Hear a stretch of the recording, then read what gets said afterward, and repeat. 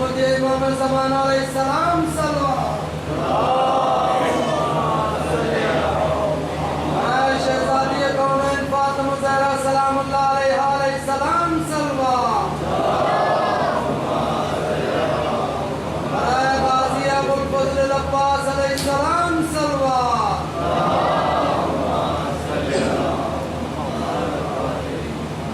فاتحہ.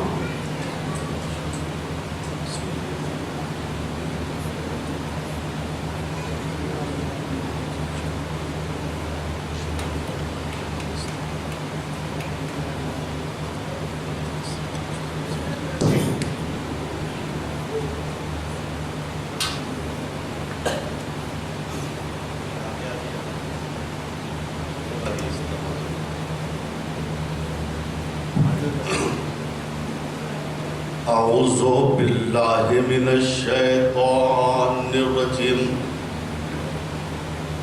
لا حول ولا قوة الا باللہ العلی العظیم. بسم اللہ الرحمن الرحیم. الحمد للہ رب العالمین والصلاة والسلام والتحیۃ والإکرام على نبی المؤید والرسول المسدد والمحمود الامجد النبی الأمی المکی المدنی القرشی الحاشمی الابتحی مولانا و مولا الثقلین جد الحسن والحسین ابی القاسم محمد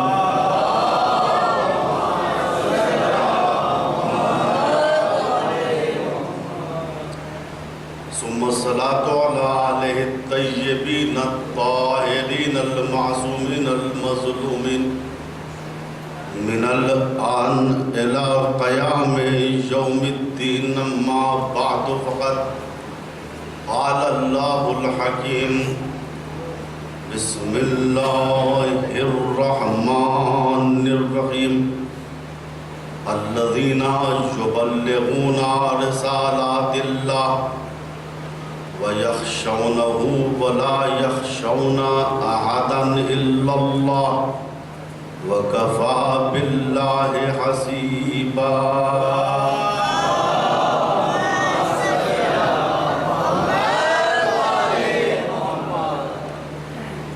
سورہ احزاب آیت 39. رب الارباب اس طریقے سے مدح و تعریف و ستائش کر رہا ہے ان افراد کی جو اللہ کے پیغام کو لوگوں تک پہنچاتے ہیں اور اللہ کا خوف دل میں رکھتے ہیں اور اللہ کے علاوہ کسی سے نہیں ڈرتے. ان کے لیے اللہ نے کہا کہ وَكَفَى بِاللَّهِ حَسِيبًا. اللہ ان کا حساب کرنے کے لیے کافی.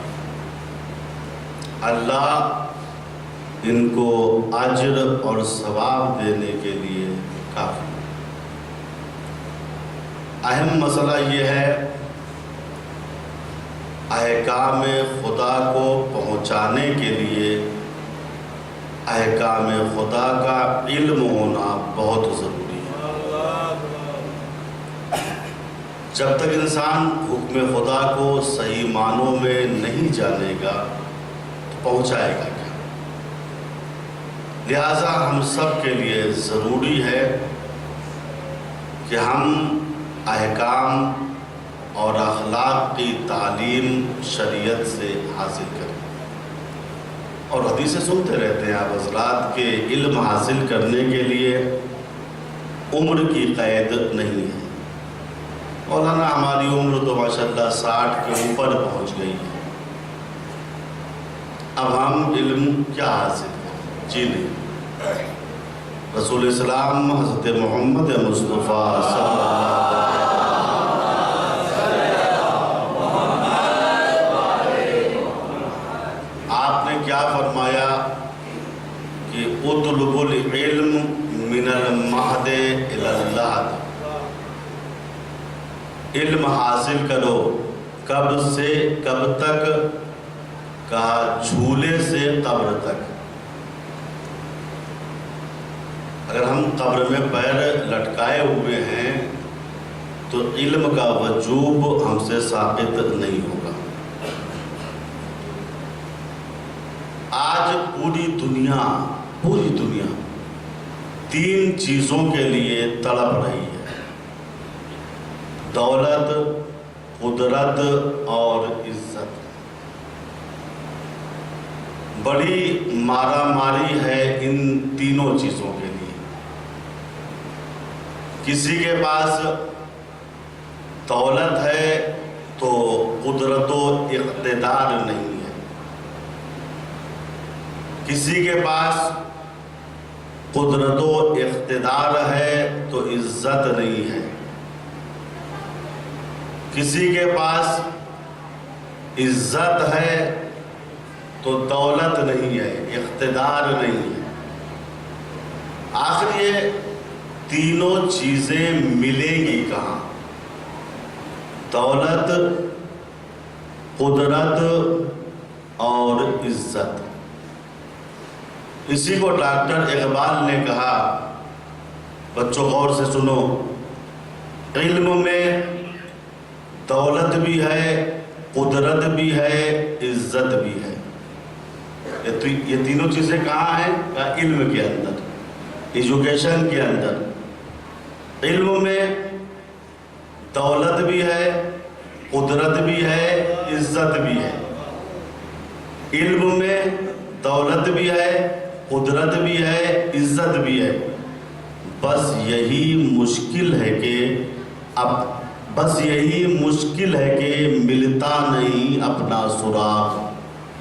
سراغ کہتے ہیں اپنا پتہ۔ جب آدمی علم کی وادیوں میں اتر جاتا ہے تو پھر اپنے آپ کو بھول جاتا ہے، وہ اللہ میں محو ہو جاتا ہے، اس کی اطاعت میں محو ہو جاتا ہے۔ اسی کو ڈاکٹر اقبال کہہ رہے ہیں کہ علم میں دولت بھی ہے، قدرت بھی ہے، عزت بھی ہے۔ بس یہی مشکل ہے کہ ملتا نہیں اپنا سراغ، اور زندگی کچھ اور شے ہے، علم ہے کچھ اور شے۔ زندگی کچھ اور شے ہے، علم ہے کچھ اور شے۔ زندگی سوز جگر ہے، علم ہے سوز دماغ۔ زندگی کی تمنا انسان کے دل کو مضطرب رکھتی ہے، لیکن جب علم آ جاتا ہے تو دل مطمئن ہو جاتا ہے، مگر دماغ میں سوزش اور گرمی شروع ہو جاتی ہے۔ کیوں؟ چونکہ وہ عالم ہے، جانتا ہے جہالت کا نتیجہ کیا ہے، تو دوسروں کا غم اپنے دماغ پہ لیے رہتا ہے۔ اے کاش اس کی ہدایت ہو جاتی، اے کاش یہ بھی علم حاصل کر لیتا، اے کاش یہ بھی جنت کے بڑے مرتبے پر فائز ہو جاتا۔ عزیزو دیکھیے، آج ہمارے یہاں جوان نوجوان تعلیم سے بھاگ رہے ہیں۔ میں شہروں میں گیا، میں نے دیہاتوں کا دورہ کیا، نوجوانوں سے ملاقات کی، ان کی تعلیم کے بارے میں سوال کیا۔ کسی نے کہا مولانا آج تک میں نے اسکول کا منہ ہی نہیں دیکھا۔ کسی نے کہا مولانا میں نے پنجم پڑھ کے چھوڑ دیا۔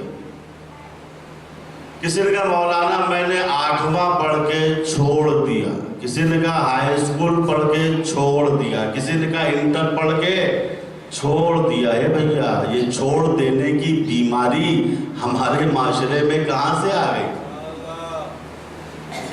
کہا مولانا پڑھنے سے فائدہ کیا ہے، نوکری تو ملتی نہیں ہے، تعصب کا زمانہ ہے، جو کام اب کر رہے ہیں وہی پڑھنے کے بعد کرنا پڑے گا. لہٰذا اسکول جانے سے کیا پروفٹ ہے, کیا فائدہ ہے؟ یاد رکھنا عزیزو, تعصب ہے, اس سے انکار نہیں ہے, لیکن علم ایک ایسا ملکہ ہے, ایک ایسی خصوصیت ہے, ایک ایسی اعلیٰ ظرفی ہے جو تعصبات کی دیوار کو منہدم کر دیتا ہے. جہاں علم آتا ہے وہاں تعصب ختم ہو جاتا ہے. میں ڈگریوں کی بات نہیں کر رہا ہوں, علم کی بات کر رہا ہوں. بہت سے لوگ ادھر ادھر سے ڈگریاں حاصل کر لیتے ہیں, لیکن علمی لحاظ سے وہ آریو خالی ہوتے ہیں, بھٹکتے پھرتے. مولانا گریجویشن کر کے گھوم رہا ہوں. اگر صحیح سے پڑھا ہوتا, صحیح سے گریجویشن کیا ہوتا تو بغیر ڈگری کے نوکری مل جاتی. صلاحیت ہونی چاہیے تھی. یہ ڈگری کب کام آتی ہے؟ کہا جب مر جائیں گے. لکھنؤ کا واقعہ ہے, ایک شاعر صاحب گزر رہے تھے قبر کے پاس سے, دیکھا قبرستان میں ایک پتھر ہے, اس پہ لکھا ہوا ہے کہ یوں کام آئیں ڈگریاں اس بد نصیب کی, مرنے کے بعد قبر پہ MA لکھا گیا. بات طے ہو گئی. استعداد نہیں تھی, صلاحیت نہیں تھی, MA کی ڈگری لے لی, پوری زندگی گھومتے رہے, نوکری نہیں ملی. تو کہا میری قبر پہ اس شعر کو لکھ دینا, یوں کام آئی ڈگریاں اس بد نصیب کی کہ مرنے کے بعد قبر پہ MA لکھا ہے. تو ایسے بھی لوگ ہیں. عزیزوں میں ڈگریوں کی بات نہیں کر رہا, ڈگری کے ساتھ علم کا ہونا ضروری ہے. اور علم جہاں آتا ہے وہاں تعصبات کی دیواریں منہدم ہو جاتی ہیں. آپ روزمرہ کی مثالوں پہ غور کر لیجئے. اگر کوئی گھر میں بیمار ہو جاتا ہے, ہم ڈاکٹر کے پاس لے جاتے ہیں, مرض بھی کوئی اہم ہو, تو پھر وہاں ہم ڈاکٹر کا مذہب نہیں دیکھتے, ڈاکٹر کا دین نہیں دیکھتے, دیکھتے یہ ہیں کہ ڈاکٹر پڑھا لکھا ہے یا نہیں, ڈاکٹر سمجھدار ہے یا ڈاکٹر ناسمجھ. کوئی مقدمہ ہوا ہائی کورٹ یا سپریم کورٹ پہ, وہاں ضرورت پڑی تو وہاں پوچھتے ہیں بھیا سب سے پڑھا لکھا سمجھدار وکیل کون ہے. وہاں دین نہیں پوچھتے, اس کا وکیل کا مذہب نہیں پوچھتے. کسی مکان کی تعمیر کا مسئلہ آیا, انجینئر کی ضرورت پڑی, کہا دیکھو بھیا کون سب سے زیادہ سمجھدار, تجربے کار اور پڑھا لکھا انجینئر ہے. آپ نے دیکھا جہاں علم آ جاتا ہے, جہاں کمال آ جاتا ہے, وہاں تعصبات کی دیواریں منہدم ہو جاتی ہیں, وہاں تعصب ختم ہو جاتا ہے. لہذا بس ایک جملہ کہہ کے میں آگے بڑھنا چاہتا ہوں. اے میرے جوانوں, نوجوانوں, بچوں, علم حاصل کرو, اور علم حاصل کرنے کے بعد ہندوستان کی ان مسموم فضاؤں میں جیٹھ بیساکھ کی آندھیوں کی طریقے سے اٹھو, اور ساون کے بادلوں کی طریقے سے آسمان عصبیت ہند پر چھا جاؤ. صلوات پڑھیں محمد.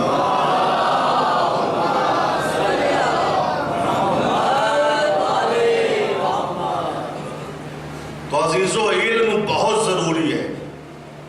بغیر علم کے نہ آپ کی نماز صحیح ہے, نہ روزہ صحیح ہے, نہ حج و زکوٰۃ, نہ قبوض. کیوں؟ کہا جب علم ہی نہیں ہے تو ان کو کیا پتا واجبات نماز کتنے ہیں اور نماز کو توڑنے والی چیزیں کتنی ہیں. یہ اپنے تئیں نماز پڑھ رہے ہیں لیکن ان کی نماز باطل ہے. کتنے واجب کو چھوڑ دیا, کتنے ارکان کو چھوڑ دیا, کتنی مرتبہ انہوں نے نماز کو باطل کر دیا. علم ضروری. اسی لیے حضور پاک نے فرمایا طلب العلم فریضۃ علی کل مسلم و مسلمہ. یاد رکھنا, علم کا طلب کرنا, حاصل کرنا فریضہ ہے. کس کے لیے؟ علی کل مسلم و مسلمہ، ہر مسلمان مرد اور ہر مسلمان عورت کے اوپر. نماز کیا ہے؟ فریضہ. روزہ کیا ہے؟ فریضہ ہے. حج و زکوٰۃ کیا ہے؟ فریضہ ہے. اسی طریقے سے علم حاصل کرنا یہ فریضہ ہے، صرف مردوں کے لیے نہیں بلکہ عورتوں کے لیے. حفظ حجاب کے ساتھ، حفظ عفت کے ساتھ علم حاصل کرنا فریضہ ہے. پھر اللہ کے پیغمبر نے ایک جملہ فرمایا، الا ان اللہ یحب بغاة العلم. یاد رکھنا اللہ طالبان علم سے محبت کرتا ہے. غور فرمائیے، ہم نے جہالت کے عالم میں نماز پڑھی، کوئی ضمانت نہیں ہے کہ اللہ ہم سے محبت کرے. ہم نے جہالت کے عالم میں روزے رکھے، کوئی ضمانت نہیں ہے کہ اللہ ہم سے محبت کرے. ہم نے جہالت کے عالم میں فریضہ حج کو انجام دیا، کوئی ضمانت نہیں ہے کہ اللہ ہم سے محبت کرے. لیکن اگر ہم نے علم حاصل کر کے واجبات پہ عمل کیا اور حرام کو چھوڑا تو یہ ضمانت کسی مفتی یا مولوی کی نہیں ہے. اللہ کا پیغمبر ضمانت لے رہا ہے، الا ان اللہ یحب بغاة العلم. یاد رکھنا اللہ طالبان علم سے محبت کرتا. نعرہ سلوات.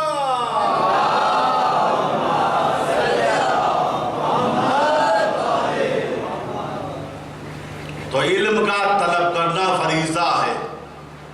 چھٹے امام امام جعفر صادق علیہ السلام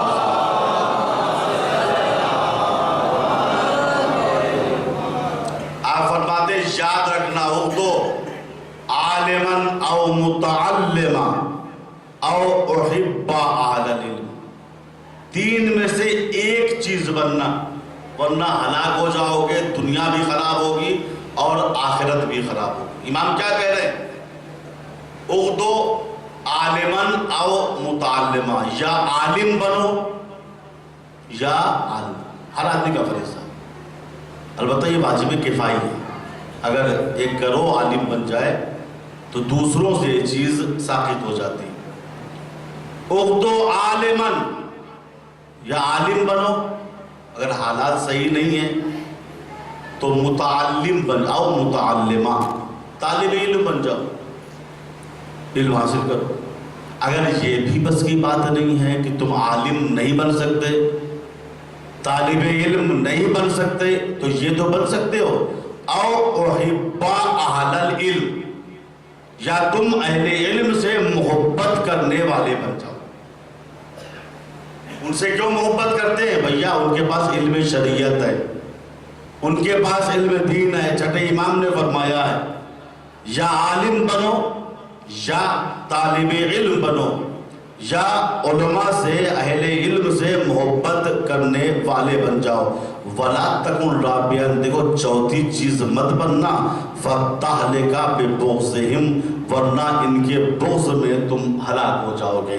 اگر ہم علماء سے محبت کریں گے تو اللہ ہم سے محبت کرے گا. کیوں؟ مثل مشہور ہے کہ محبوب کا محبوب بھی محبوب ہوتا ہے. پیارے کے پیار کرنے والے پر بھی پیار آتا ہے. علماء اللہ کے محبوب ہیں. اگر ہم اللہ کے ان علماء سے محبت کریں گے تو ہم بھی اللہ کے محبوب بن جائیں گے. مولا کائنات علی ابن ابی طالب علیہ السلام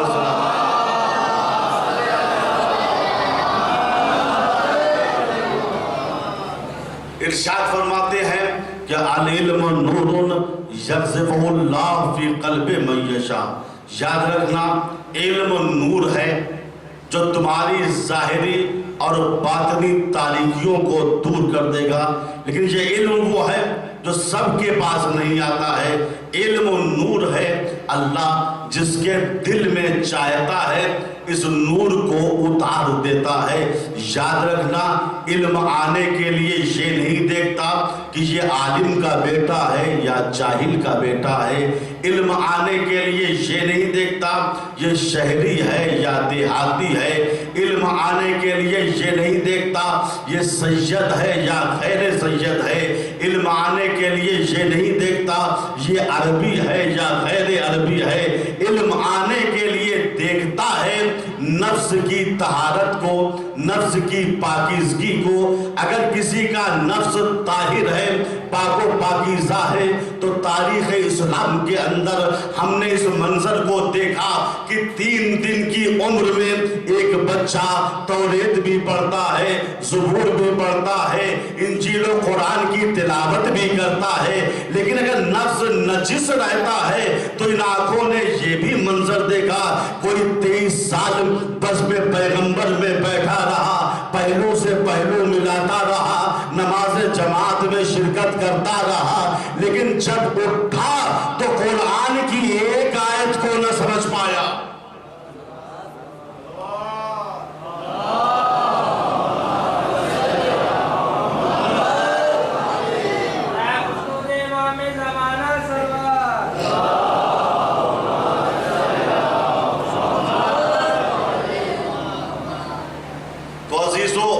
ہمارے یہاں دین کی بنیاد رکھی ہوئی ہے علم کے اوپر، جہالت کا گزر نہیں ہے۔ علم حاصل کیجئے، چاہے اسکول سے حاصل کیجئے، مدرسے سے حاصل کیجئے، عالموں کی مجلس کے ذریعے حاصل کیجئے۔ یہ مجلس عبادتیں ہیں، یہ مجلس درس گاہیں ہیں۔ اگر کوئی عالم ہے، علم تقسیم کر رہا ہے، اہمیت بتا رہا ہے، آپ کے لیے واجب ہے ایسی مجالس میں شرکت کریں۔ جو چھٹے امام نے کہا یا عالم بنو یا طالب علم، کم سے کم طالب علم تو بن سکتے ہیں۔ کیسے طالب علم؟ کہ مجلس میں جا کے علم حاصل کرتے ہیں، معرفت اہل بیت ہمارے اندر اجاگر ہوتی ہے، حلال و حرام کے مسائل کو ہم عالم سے پوچھ لیتے ہیں۔ غور فرمائیے، ہمارے یہاں بنیاد ہے دین کی علم کے اوپر، جہالت کا گزارا ہمارے یہاں نہیں ہے۔ سب سے پہلی وحی جو اللہ کے پیغمبر پہ نازل ہوئی ہے، اس کی شروعات علم سے ہوئی ہے، اس کی شروعات لکھنے سے ہوئی ہے، اس کی شروعات پڑھنے سے ہوئی ہے۔ کوہ ہرا کا سناٹا ہے، مکے کی زندگی ہے اللہ کے پیغمبر کی، آسمان کی جانب نگاہیں اٹھی ہوئی ہے، جبریل آسمان و زمین کے درمیان معلق ہو کے پیغمبر سے کہہ رہے ہیں اقرأ بسم ربک الذی خلق خلق الانسان من علق اقرأ وربک الاکرم الذی علم بالقلم علم الانسان ما لم یعلم۔ یہ سب سے پہلی وحی ہے جو اللہ کے پیغمبر پہ نازل ہو رہی ہے۔ اقرأ بسم ربک الذی خلق، میرے پیغمبر اس پروردگار کے نام سے پڑھو جس نے مخلوقات کو پیدا کیا ہے۔ کیا کرو؟ پڑھو، پہلی وحی ہے۔ اقرأ بسم ربک الذی خلق خلق الانسان من علق، جس نے انسان کو خون منجمد سے پیدا کیا ہے۔ اقرأ وربک الاکرم، اے حبیب اس رب اکرم کے نام سے پڑھیے کہ الذی علم بالقلم، جس نے تم کو قلم کے ذریعے لکھنا بتایا۔ یہ سب سے پہلی وحی ہے جس میں پڑھنے کا بھی تذکرہ ہے، جس میں رسول کے لکھنے کا بھی تذکرہ ہے۔ شاید یہ روایت بعد میں گڑھی گئی ہے کہ رسول نہ لکھنا جانتے تھے نہ پڑھنا جانتے تھے۔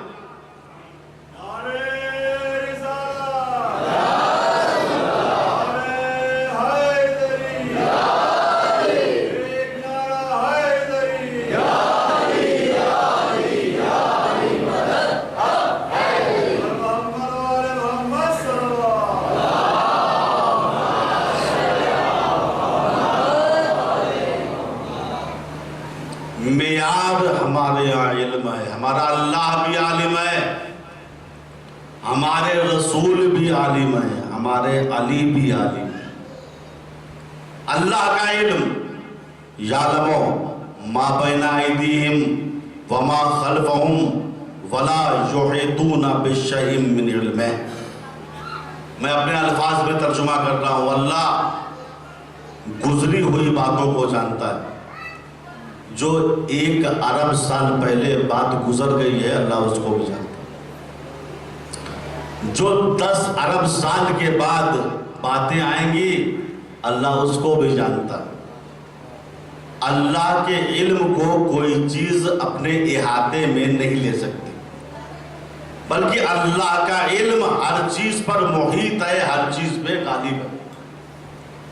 دوسری جگہ ارشاد ہوا وَيَعْلَمُ مَا فِي الصُّدُورِ. سنو، جو تمہارے سینوں میں وسوسہ ہوتا ہے، جو تمہارے دماغوں میں خناس آتا ہے، اللہ اس کو بھی جان لیتا ہے. کالی رات میں کالی چیٹی اگر کالے پتھر پہ چلتی ہے تو اللہ جان لیتا ہے. یہ اللہ کا علم ہے نا. اگر ہم کو ایک دن بھی اس بات کا یقین ہو جائے معاذ اللہ کہ آج اللہ کا علم کام نہیں کر رہا ہے تو کوئی کیا نماز پڑھے گا؟ ہمیں چھوڑو میاں، اللہ تو جاہل ہے آج کے دن اس کا علم کام نہیں کر رہا ہے. کوئی روزہ رکھے گا، کوئی عمرہ و حج کو جائے گا، کوئی کار نیک انجام دے گا؟ نہیں. کہا چھوڑو میاں آج تو معاملہ الٹ گیا ہے، آج اللہ کا علم معاذ اللہ کام نہیں کر رہا. نہیں، ہم بھی جانتے ہیں کہ وہ ایسا حی ہے جو سوتا نہیں ہے، جو غفلت میں نہیں پڑتا. الم تعلم بان اللہ یرا. کیا تم نہیں جانتے کہ اللہ ہر وقت تم کو دیکھتا رہتا؟ ہر وقت تم محضر پروردگار میں رہتے ہو. یہ اللہ کا علم. رسول کا علم کیا ہے؟ آواز آئی الرحمن علم القرآن. خدا رحمان جس نے قرآن کی تعلیم دی. خلق الانسان، پھر آدمی کو پیدا کیا. تعلیم کس کو دی؟ تو مفسرین نے لکھا پیغمبر اسلام کو پہلے قرآن کی اللہ نے تعلیم دی، اس کے بعد انسان کی خلقت فرمائی. اسی لیے معلم اول پیغمبر کا لقب ہے. سب سے پہلا استاد، سب سے پہلا معلم یہ ہے رسول کا علم. کہیں قرآن نے کہا علمہ کا ما لم تکن تعلم. حبیب جو کچھ تم نہیں جانتے تھے سب کچھ میں نے بتا دیا. کبھی کہا سنقرئک فلا تنسا. یہ اللہ کہہ رہا ہے اپنے حبیب سے، حبیب میں ایسا پڑھاؤں گا کہ تم کبھی نہیں بھولو گے. حبیب ایسی تعلیم دوں گا کہ تم کو نسیان نہیں ہوگا، نسیان نہیں ہوگا. مسلمانوں، جہاں نسیان نہ ہو وہاں ہذیان کہاں سے آ سکتا ہے؟ سنقرئک فلا تنسا. حبیب ایسا پڑھاؤں گا کہ تم کبھی نہیں بھولو گے. عزیزو، میں اسی دنیا کا باشندہ ہوں اور تعلیم و تعلم و تدریس میری پوری زندگی. میں بڑے بڑے استادوں سے ملا، پروفیسروں سے ملا، مراجع سے ملا، کلاسوں میں گیا، دیکھا کہ کوئی ماسٹر، کوئی لیکچرر، کوئی پروفیسر، کوئی مرجع پڑھاتے وقت یہ دعویٰ نہیں کرتا کہ میں تم کو ایسا پڑھاؤں گا کہ تم کبھی نہیں بھولو گے. آپ بھی اسکول گئے جانتے ہیں نا. آج تک کسی ماسٹر صاحب نے کہا بچوں سے میں اتنا مجھا ہوا ماسٹر ہوں، 20 سال سے پڑھا رہا ہوں، میں ایسا پڑھاؤں گا کہ تم لوگ کبھی نہیں بھولو گے؟ نہیں. کسی لیکچرر، کسی پروفیسر نے یہ ضمانت نہیں دی. میں اتنا بڑا پروفیسر ہوں، لیکچرر ہوں، کیا ایسا پڑھاتا ہوں کہ لوگ نہیں بھولتے. کسی مرجع وقت نے بھی آج تک کلاس میں یہ نہیں کہا کہ میں ایسا مرجع ہوں. میرے طالب علموں، دنیا اجتہاد کے باشندوں، میں ایسا پڑھاؤں گا کہ تم کبھی نہیں بھولو گے. حتیٰ کسی امام معصوم نے بھی یہ دعویٰ نہیں کیا کہ میں ایسا پڑھاؤں گا تم کبھی نہیں بھولو گے. حتیٰ خود رسول نے یہ دعویٰ نہیں کیا. اے میرے اصحاب، اے میری امت، میں اشرف الانبیاء ہوں، خاتم الانبیاء ہوں، میں تمہیں ایسی تعلیم دوں گا کہ تم کبھی نہیں بھولو گے. کیوں؟ ضمانت آدمی کیوں نہیں لیتا؟ پروفیسر کیوں نہیں لیتا؟ لیکچرر کیوں نہیں لیتا؟ امام یہ ضمانت کیوں نہیں لیتا؟ رسول نے یہ ضمانت کیوں نہیں لی؟ اس وجہ سے استاد، پروفیسر، ماسٹر اپنے علم میں منجھا ہوا ہے، اپنے علم میں وہ کامل ہے، لیکن اس کے سامنے بیٹھنے والے ناقص ہیں، طفل خام ہیں. چونکہ ایک طرف کمال ہے، دوسری طرف نقص ہے، لہذا ضمانت ہو ہی نہیں سکتی ہے. ضمانت وہاں ہوتی ہے جہاں دونوں طرف کمال ہو، ادھر بھی کمال ہو، ادھر بھی کمال ہو. اللہ اپنی الوہیت میں کامل تھا، نبی اپنی عبدیت میں کامل تھے، لہٰذا اللہ نے ضمانت لی. سنقرئک فلا تنسیٰ، حبیب ایسا پڑھاؤں گا کہ کبھی نہیں بھولو گے. نعرہ سلوات.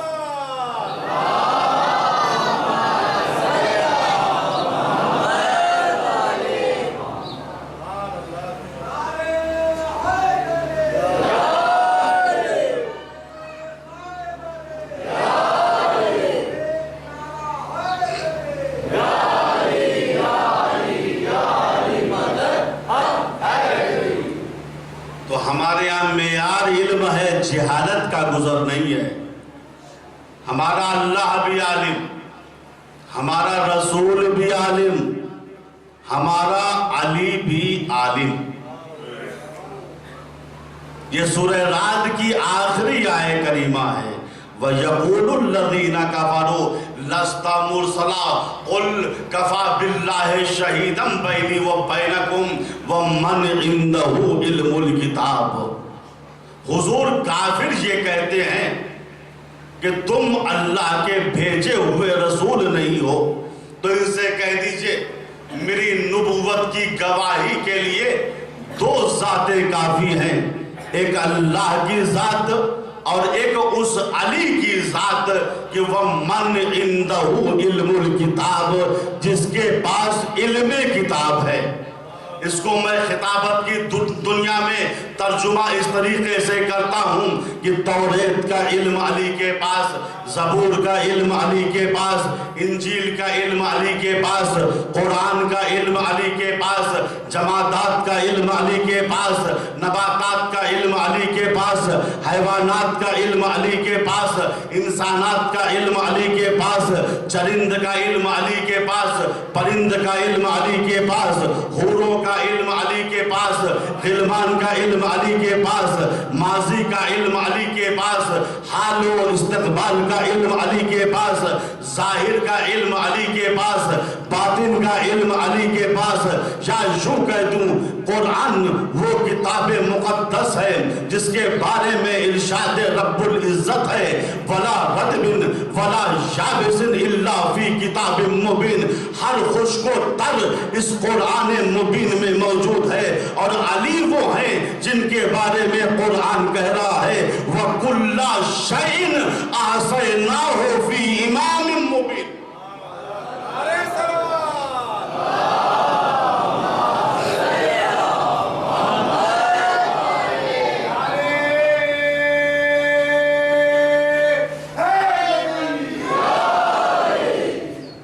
ہم نے ہر شے کو جمع کر دیا ہے، ہر شے کا احصاء کر دیا ہے امام مبین علی میں. تبھی تو علی کہتے تھے اگر میرے لیے مسند قضا بچھا دی جائے تو میں اہل توریت کا فیصلہ توریت سے کروں گا، اہل زبور کا فیصلہ زبور سے کروں گا، اہل انجیل کا فیصلہ انجیل سے کروں گا، اہل قرآن کا فیصلہ قرآن سے کروں گا. سلونی سلونی قبل ان تفتونی انی بطرق السماء عالم بطرق الارض، جو پوچھنا ہو پوچھ لو، میں زمین سے زیادہ آسمان کی باتوں کو جانتا ہوں. هذه النجوم التي في السماء فيها مدائن مثل مدائن الذي في الارض. یہ آسمان پہ جو ستارے دیکھ رہے ہو یہ قمقمے نہیں ہیں، ان کے اندر شہر آباد ہو سکتے ہیں. یہ علی کا علم ہے. سلونی سلونی، جو پوچھنا ہو پوچھو. ایک جملہ صاحبان ولایت کے لیے عرض کرتا ہوں، یہ دعوی سلونی نہ اللہ نے کیا نہ رسول اللہ نے کیا. دعوی سلونی کیا تو صرف مولا علی نے کیا. کیوں؟ علی دعوی سلونی کر کے بتا رہے ہیں اے مسلمانوں دیکھ لو، جس نبی کا علی اتنا عالم ہے اس علی کا نبی کتنا عالم ہوگا.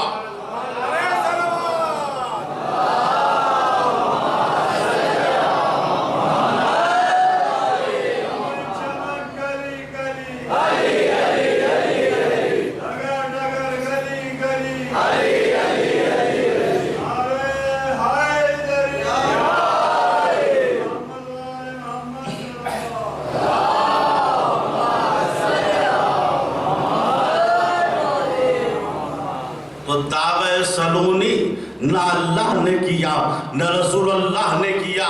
دعوی سلونی کیا تو مولا علی نے کیا. کیوں کیا؟ علی دعوی سلونی کر کے مسلمانوں کو بتا رہے ہیں اے مسلمانوں، جس نبی کا علی اتنا عالم ہے اس علی کا نبی کتنا عالم ہوگا، اور جس علی کا نبی اتنا عالم ہے اس علی کا خدا کتنا عالم ہوگا. جو پوچھنا ہو پوچھ لو. آپ حضرات سنتے رہتے ہیں، میں صرف حق ادا کرنا چاہ رہا ہوں. پوچھنے والے پوچھتے تھے، سوال کرنے والے سوال کرتے تھے. ادھر سوال کرتے تھے ادھر علی جواب کا تحفہ پکڑا دیا کرتے تھے. لوگوں کو بڑا تعجب ہوتا تھا، یا علی کیسے ہوتا ہے، ابھی سوال مکمل نہیں ہو پاتا ہے آپ جواب کا تحفہ پکڑا دیتے ہیں. کبھی یہ نہیں کہتے کل بتاؤں گا، پرسوں بتاؤں گا، توریت دیکھ کے بتاؤں گا، انجیل کا مطالعہ کر کے بتاؤں گا. یعنی یہ کیسے ہوتا ہے؟ ادھر سوال ہوتا ہے ادھر آپ جواب کا تحفہ پکڑا دیتے ہیں. سنتے رہتے ہیں آپ حضرات. علی نے اس سے یہی پوچھا تھا، بتا تیرے ہاتھ میں کتنی انگلیاں ہیں؟ اس نے کہا یا علی 5 انگلیاں ہیں. مولا نے کہا بغیر سوچے بتا دیا. کہا یا علی اس میں سوچنے کی کیا بات ہے، یہ تو سامنے کی بات ہے. مولا نے کہا سن، جس طریقے سے یہ 5 انگلیاں تیرے سامنے کی بات ہے اسی طریقے سے پوری کائنات علی کے سامنے کی بات ہے.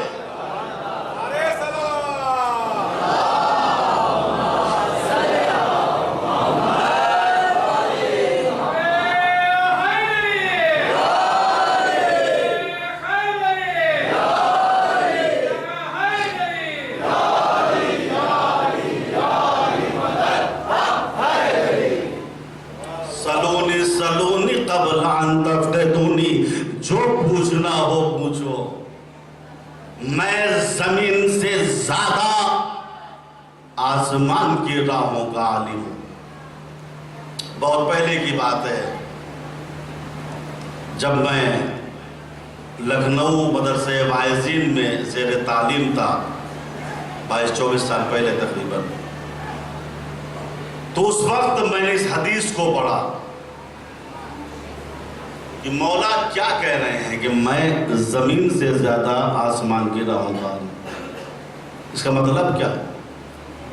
ایک مرتبہ گزر رہا تھا میں ایک مسجد کے پاس سے، دیکھا خطیب صاحب خطابت فرما رہے ہیں اور کہہ یہ رہے ہیں کہ حضرت علی کا قول شیعہ نقل کرتے ہیں اور کہتے ہیں کہ میں زمین سے زیادہ آسمان کی راہوں کا عالم ہوں.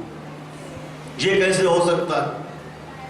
جو علی زمین پہ رہ کے زمین کے راستوں کو کم جانے، وہ آسمان پر نہ جا کے یا کبھی کدار جا کے آسمان کے راستوں کو زیادہ کیا جانے.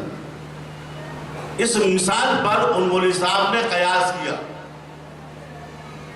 اور کہا یہ حدیث میرے نزدیک غلط ہے، صحیح نہیں۔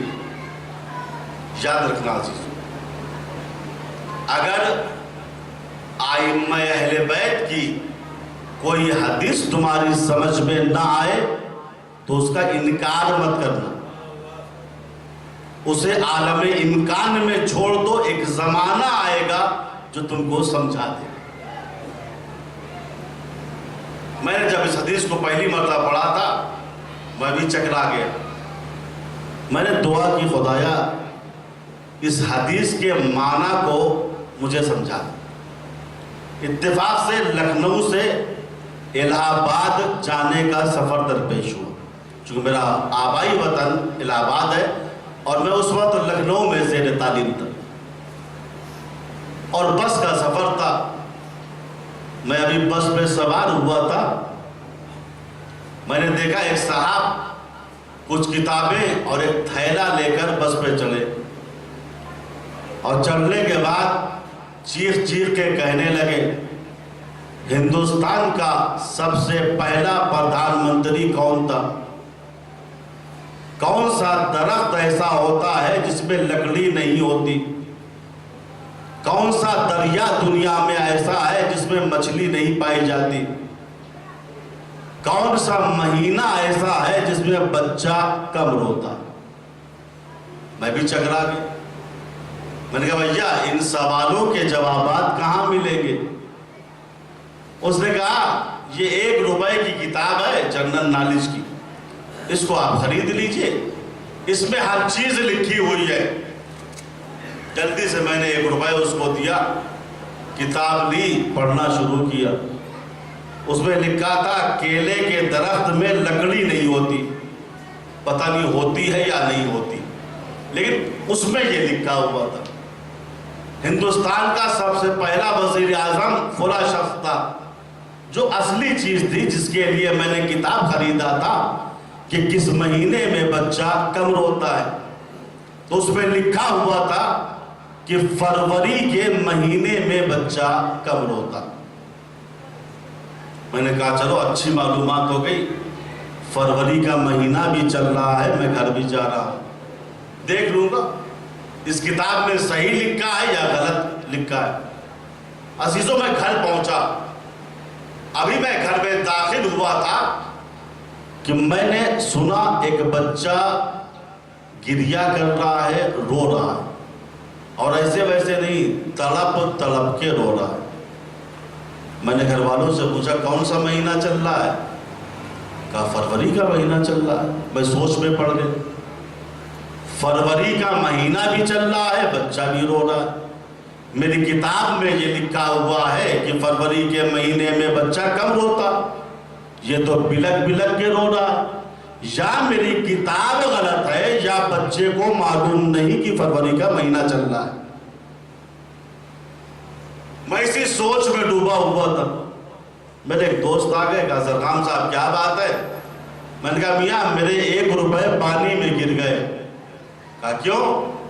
کہا میں نے 1 روپے کی جنرل نالج کی کتاب خریدی تھی، اس میں لکھا یہ ہوا ہے فروری کے مہینے میں بچہ کم روتا ہے، اور فروری کا مہینہ بھی چل رہا ہے، بچہ بھی بلک بلک کے رو رہا ہے۔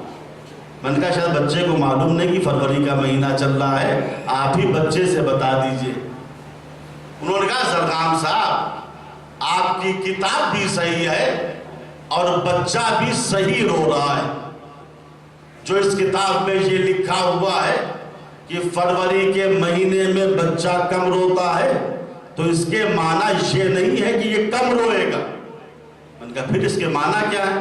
کہا اس کے معنی یہ ہے چونکہ جنوری میں دن زیادہ ہوتے ہیں، مارچ و اپریل میں دن زیادہ ہوتے ہیں، مئی جون جولائی اگست ستمبر اکتوبر نومبر دسمبر انگلش کے جتنے مہینے ہیں یا 30 کے ہوتے ہیں یا 31 کے ہوتے ہیں، چونکہ فروری کا واحد مہینہ وہ ہے یا 28 کا ہوتا ہے یا 29 کا ہوتا ہے، لہذا چونکہ فروری کے مہینے میں دن کم ہوتے ہیں، اس وجہ سے بچہ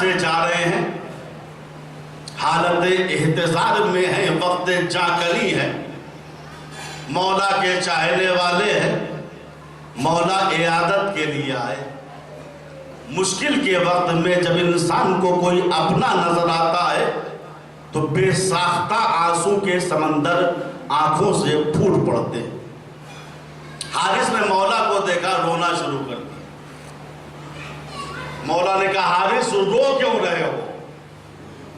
کہا مولا بہت مقروض ہوں، قرضوں میں لدا ہوا ہوں، اور میں جانتا ہوں قرض لے کے اگر میں مر گیا تو روز قیامت جس آدمی سے میں نے قرض لیا ہے اس کو اپنے اعمال میں سے دینا پڑے گا۔ مثلا 10 سال کی نماز، 5 سال کے روزے جس کا ہم نے قرض لیا اس کو دینا پڑ جائے، یا علی اگر اس کو میں نے دے دیا تو میرے پاس بچے گا کیا؟ بہت مختصر سی عبادتیں ہیں میرے پاس، یا علی نجات دے دیجئے، بچا لیجئے۔ علی نے کہا حارث کوئی بات نہیں، میں تمہارے قرضوں کو ادا کر دوں گا۔ حارث چپ ہو گئے، تھوڑی دیر کے بعد پھر رونے لگے۔ کہا حارث اب کیوں رو رہے ہو؟ کہا مولا لڑکیاں جوان ہیں، ان کی شادی کا مسئلہ ہے، میرے علاوہ اس گھر کا کوئی سرپرست نہیں تھا، میں دنیا سے جا رہا ہوں۔ علی نے کہا حارث یہ ذمہ داری بھی میرے اوپر۔ پھر حارث مسکرانے لگے۔ تھوڑی دیر کے بعد حارث پھر گریہ کرنے لگتے ہیں۔ مولا نے کہا حارث اب کیوں رو رہے ہو؟ کہا مولا حشر میں کیا ہوگا، نشر میں کیا ہوگا، وقت جاکری کیا ہوگا، صراط پہ کیا ہوگا۔ مولا نے کہا یا ہارو حمدان من یمت یرنی من مومن او منافق قبلا، اے حارث حمدانی جو مرے گا مرنے سے پہلے مجھے دیکھے گا، چاہے وہ مومن ہو یا منافق ہو۔ مومن اس لیے دیکھے گا تاکہ مولا کی زیارت ہو جائے اور اس کا ایمان دنیا ہی میں کامل ہو جائے۔ منافق اس لیے دیکھے گا تاکہ آخری وقت میں اس کا باطل ہونا اس کے اوپر ثابت ہو جائے۔ چھٹے امام کے زمانے میں ایک شخص آیا، کہا مولا فلاں منافق جو دشمن اہل بیت تھا، دنیا سے جا رہا تھا، وقت آخر چیخ چیخ کے کہہ رہا تھا یا علی تم میرے پاس کیوں آئے ہو؟ چھٹے امام نے کہا خدا کی قسم اس ملعون نے وقت آخر میرے جد کو دیکھ لیا ہے، جس کی وجہ سے اس کا کفر اس کے اوپر واضح ہو گیا۔ تو علی ہر مومن ہر منافق کے پاس جاتے ہیں، لیکن ہمارے امام وقت صرف شیعوں کے پاس آتے ہیں۔ اس واقعے کو سید حسن ابتہی نے اپنی ایک مشہور کتاب ملاقات با امام زمان میں لکھا۔ وہ کہتے ہیں ایک مرد مومن کا گزر ہو رہا تھا، وہ صحرا سے گزر رہا تھا، اس نے دیکھا صحرا میں ایک پہاڑی ہے، پہاڑی پہ ایک نورانی شخص کھڑے ہوئے ہیں، کچھ لوگ بیٹھے ہوئے ہیں، اور جو شخص کھڑے ہو کے درس دے رہے ہیں ان کا چہرہ کانہو کوکبن دردی، کانہو کوکبن دردی، ستارے کے مانند جگمگا رہا تھا، اور وہ درس میں یہ بات کہہ رہے تھے کہ ہو ہی نہیں سکتا مشرق و مغرب میں میرا شیعہ کوئی مرے اور مرنے سے پہلے مجھے نہ دیکھے۔ اس مرد مومن کو بڑا تعجب ہوا کہ مشرق و مغرب میں ہر روز سینکڑوں شیعہ مرتے ہیں، یہ کیسے بزرگوار ہیں جو ہر شیعہ کے پاس پہنچتے ہیں۔ سوچتا ہوا آگے بڑھ گیا، لیکن سوچ یہ رہا تھا چہرہ یہ بتا رہا ہے کہ یہ غلط دعویٰ نہیں کر سکتا۔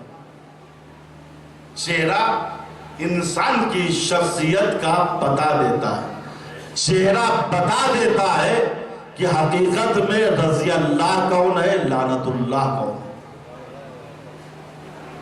چہرہ ایسا لگ رہا ہے کہ یہ جھوٹ نہیں بول سکتے۔ مرد مومن کا بیان ہے کہ میرا گزر ایک قریے سے ہوا، ایک گاؤں سے ہوا، میں نے دیکھا وہاں بھیڑ لگی ہوئی ہے، لوگ جمع ہیں۔ قریب پہنچا، کیا دیکھا؟ ایک شخص اس دنیا سے جا رہا ہے، لوگ اس سے کہتے ہیں کہو لا الہ الا اللہ، وہ کہتا ہے لا الہ الا اللہ۔ اس سے کہتے ہیں کہو محمد الرسول اللہ، وہ کہتا ہے محمد الرسول اللہ۔ لیکن جب اس سے کہتے ہیں کہو فلا فلا حجت اللہ، وہ چپ ہو جاتا ہے۔ کئی مرتبہ ایسا ہی ہوا، مرد مومن نے پوچھا بھیا ماجرا کیا ہے؟ کہا بھیا ماجرا یہ ہے، ہم سب آخندی ہیں، ناصبی ہیں، دشمن اہل بیت ہیں۔ یہ مرنے سے کچھ دن پہلے شیعہ ہو گیا تھا، ہم یہ چاہتے ہیں کم سے کم وقت آخر یہ ہمارا کلمہ پڑھ لے، لیکن نہیں پڑھ رہا ہے۔ مرد مومن کا بیان ہے، ابھی میں یہ بات کر رہا تھا، اچانک ایک نور چمکا، جس نور کو میرے علاوہ کسی نے نہیں دیکھا۔ ایک بزرگوار وہی والے ظاہر ہوئے جو یہ کہہ رہے تھے کہ مشرق و مغرب میں جو بھی میرا شیعہ مرتا ہے میں اس تک پہنچتا ہوں۔ یہ بزرگوار اس شخص کے قریب پہنچے جو حالت احتضار میں تھا، اس سے کہا کہو لا الہ الا اللہ۔ اس نے کہا لا الہ الا اللہ۔ اس سے کہا کہو محمد الرسول اللہ۔ اس نے کہا محمد الرسول اللہ۔ پھر کہا کہو انا حجت اللہ، میں اللہ کی آخری حجت اور تمہارا آخری امام۔ اس نے یہ کلمہ پڑھا، اس دنیا سے چلا گیا۔ یہ بزرگوار بھی غائب ہو گئے۔ شخص کہتا ہے میں سمجھ گیا یہ کوئی اور نہیں، ہمارے امام وقت۔ بات واضح ہو گئی عزیز۔ آئیے ہم دیکھتے ہیں کہ امام وقت کی مصیبت کیا ہے، ان کے مصائب کیا ہے۔ امام زمانہ زیارت ناہیہ میں فرماتے ہیں فَلَأَنْتُبَنَّكَ صَبَاحٌ وَمَسَاءً وَلَأَبْكِيَنَّ لَكَ بَدْلَ الدُّمُوعِ الدَّمَعَ۔ اے کربلا والو، میں تمہاری یاد میں صبح و شام روتا ہوں۔ لوگ پانی کے آنسو روتے ہیں، میں خون کے آنسوؤں کو روتا ہوں۔ کبھی آپ نے فرمایا السلام علی الخد الطریب، سلام ہو کربلا کے اس رخسار پر جو خاک و خون میں غلطہ ہو گیا۔ السلام علی الشیب الخضیب، سلام ہو اس ریش مبارک پر جس کا خضاب خون سر سے ہوا۔ سلام ہو ان بازوؤں پر جن کو نہر فرات کے کنارے کاٹ دیا گیا۔ سلام ہو اس جوان کے سینے کے اوپر جس میں سنان ابن انس کا نیزہ ٹوٹ گیا۔ سلام ہو اس ششماہ مجاہد کے گلے کے اوپر جس پر تیر ہرملا لگا۔ عزادارو، اسی ششماہ کا ماتم کرنے کے لیے ہم یہاں جمع ہوئے ہیں۔ صبح عاشور سے لے کر عصر عاشور تک زہرا کے لال حسین ابن علی پر مصیبت ہی مصیبت تھی۔ حسین نے کبھی اکبر کے سینے سے برچی کی علی کو نکالا، کبھی قاسم کا پامال شدہ لاشا اٹھایا، کبھی اور محمد کی لاشیں مقتل سے خیمے لائے۔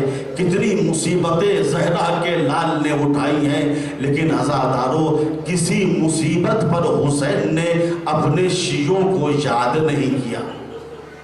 لیکن کربلا کی ایک مصیبت ایسی ہے جس مصیبت پہ حسین کو حسین کے چاہنے والے یاد آ گئے، وہ کون سی مصیبت ہے؟ وہ مصیبت یہ تھی جب زہرا کا لال اپنے ششماہ مجاہد کے لیے پانی کا سوال کر رہا تھا تو ایک مرتبہ اپنے شیعوں کو مخاطب کر کے کہا لیتکم فی یوم عاشورا جميعا تنظرونی، اے میرے شیعوں اگر روز عاشور ہوتے تو دیکھتے کیف استسقی لطفلی فابوا ان یرحمونی، میں اپنے ششماہے کے لیے کس طریقے سے پانی کا سوال کر رہا تھا۔ عزادارو، ہاتھ پھیلانا سوال کرنا حسین کے لیے بڑی مصیبت تھی۔ حسین نے پوری زندگی میں کسی کے سامنے ہاتھ نہیں پھیلایا تھا۔ حسین سب کو عطا کرتے تھے، حسین سب کو دیتے تھے۔ ہائے جس حسین نے فطرس کو پر دیا تھا، اس پہ یہ وقت آ گیا کہ وہ اپنے ششماہ مجاہد کے لیے پانی کا سوال کر رہا تھا۔ چونکہ مورخین اور بزرگان نے بیان کیا کہ اصغر اتنے پیاسے تھے کہ حسین پر سوال آب واجب ہو گیا۔ کانت طفل یتغذا علی ید الامام، اصغر کی پیاس کا عالم یہ تھا۔ اصغر پیاس کی شدت کی وجہ سے امام کے ہاتھوں پہ تلظا کر رہے تھے۔ تلظا کے کیا معنی ہے؟ بعض بزرگان نے توضیح دی، مچھلی کو جب پانی سے نکالا جاتا ہے تو 3 مرحلے ہوتے ہیں۔ پہلا مرحلہ یہ ہے جب مچھلی تر و تازہ ہوتی، مچھلی پر جب پیاس کی شدت کا غلبہ ہوتا ہے تو مچھلی سست ہو جاتی ہے۔ اور تیسرا اور آخری مرحلہ یہ ہے جب پانی نہ ملنے کی وجہ سے مچھلی مرنے لگتی ہے تو کبھی منہ کو کھولتی ہے، کبھی منہ کو بند کرتی ہے۔ کلام عرب میں اس کو تلظا کہتے ہیں۔ عزادارو، اصغر کی پیاس کا عالم یہ تھا۔ اصغر پیاس کی شدت کی وجہ سے کبھی منہ کو کھول رہے تھے، کبھی منہ بند کر رہے تھے۔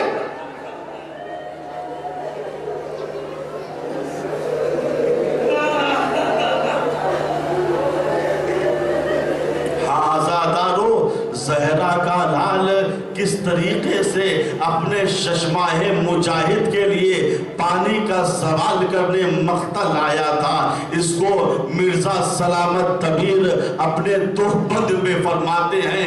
قیامت کے یہ 2 بند ہیں اور مسدس کے 2 بند بڑے اہم ہیں۔ وہ فرماتے ہیں کہ جب حسین ابن علی اصغر کو لے کے چلے ہیں، عالم یہ تھا ہر ایک قدم پہ سوچتے تھے صفت مصطفیٰ، لے تو چلا ہوں فوج عدو سے کہوں گا کیا، نہ مانگنا ہی آتا ہے مجھ کو نہ التجا، منت بھی کروں گا تو کیا دیں گے وہ بھلا، ارے پانی کے واسطے نہ سنیں گے عدو میری، پیاسے کی جان جائے گی اور آبرو میری۔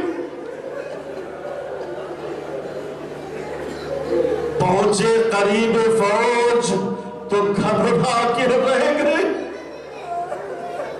پہنچے قریب فوج تو گھبرا کے رہ گئے، چاہا کرے سوال پشرما کے رہ گئے، غیرت سے رنگ فق ہوا تھرا کے رہ گئے، ارے چادر پسر کے چہرے سے سرکا کے رہ گئے،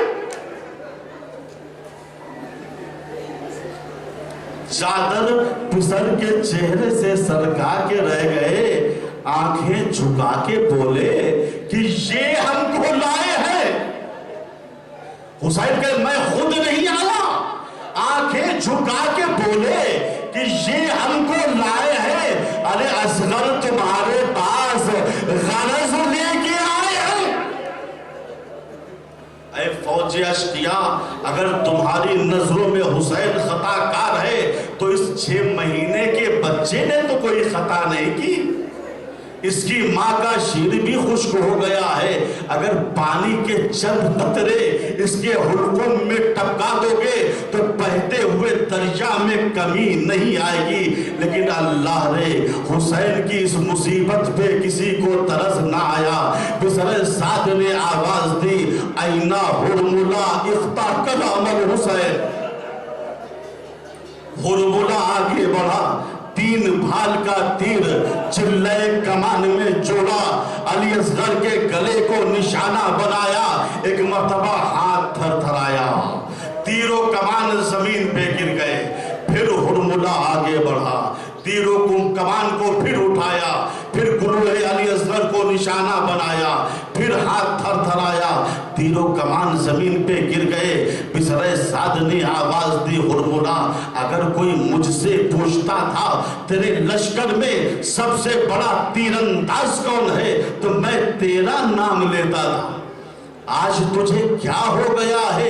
ایک 6 مہینے کے بچے کو نشانہ نہیں بنا پا رہا ہے۔ ہرملا نے بگڑ کے کہا، امیر کیا بکتا ہے، میں جتنی مرتبہ علی اصغر پہ نشانہ لگاتا ہوں کبھی رسول اللہ سامنے آ جاتے ہیں، کبھی علی مرتضیٰ سامنے آ کے کہتے ہیں، ہرملا میرے ششماہے نے تیرا کیا بگاڑا ہے؟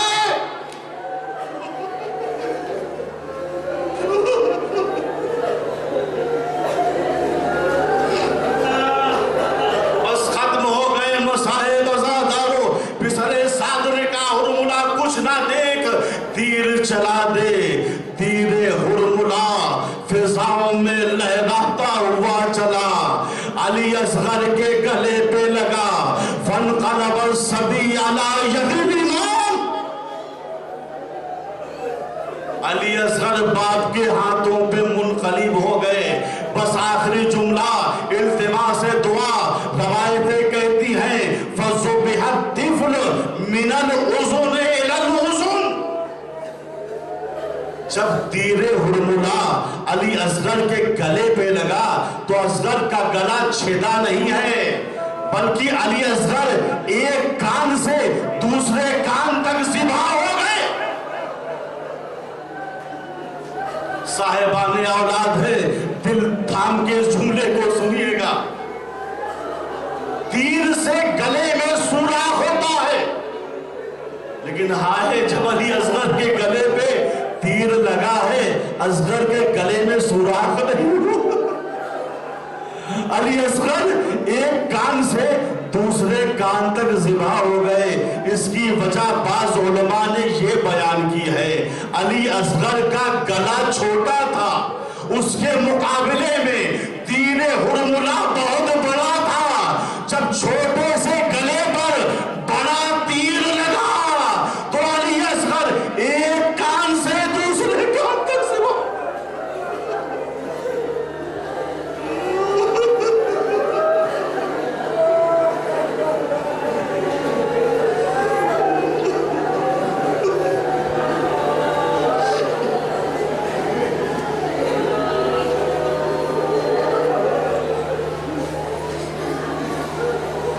ماتم حسین